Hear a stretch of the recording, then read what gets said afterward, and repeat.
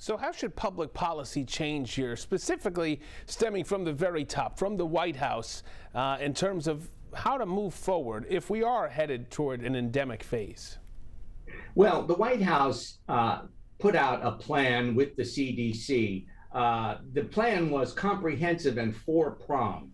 First of all was test to treat. And that was meaning that if you tested positive and you became very symptomatic, you would be treated with a drug like Paxlovid, which you mentioned earlier, particularly those who are immunocompromised or those who were not vaccinated for some reason or another who get very sick. The second point is that boosters should be given to the elderly and those who are at significant risk. And boosters meaning a third shot, or in some cases, a fourth shot for those who are tightly compressed in nursing homes.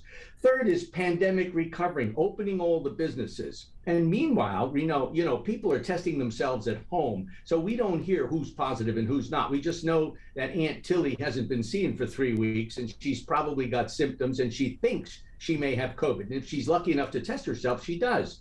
So that third point is that people should really be very cognizant of the fact that we can't track and trace as we used to.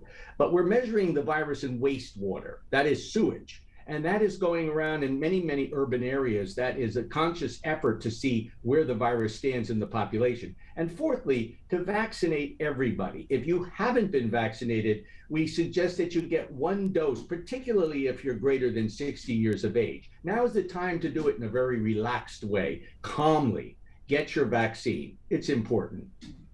Do you think, and that message, do you think that message hits home with people? Because it seems to me a lot of people out there, whether it's the vaccine or the booster, say, well, wait a minute, look at the numbers. I don't need this now. I don't need to get the booster. I don't need to get the vaccine because the numbers are so low.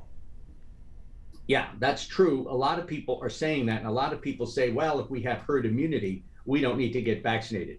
Well, you don't know whether you're the person who is going to get either the Delta or the Omicron. And by the way, the Delta is still around. If you get the Delta or the Omicron and you happen to be one of those immune susceptible individuals, you're not going to have a very good time. So it's never too late to be vaccinated. And I suggest anybody who hasn't been vaccinated very calmly go and get your vaccine now, at least one shot.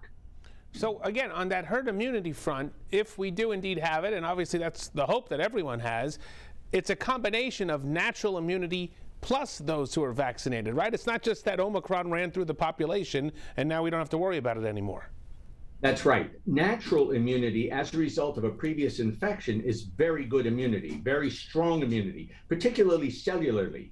And then you've got those who've been vaccinated with the 2 shots and then the booster, and that provides you even better immunity.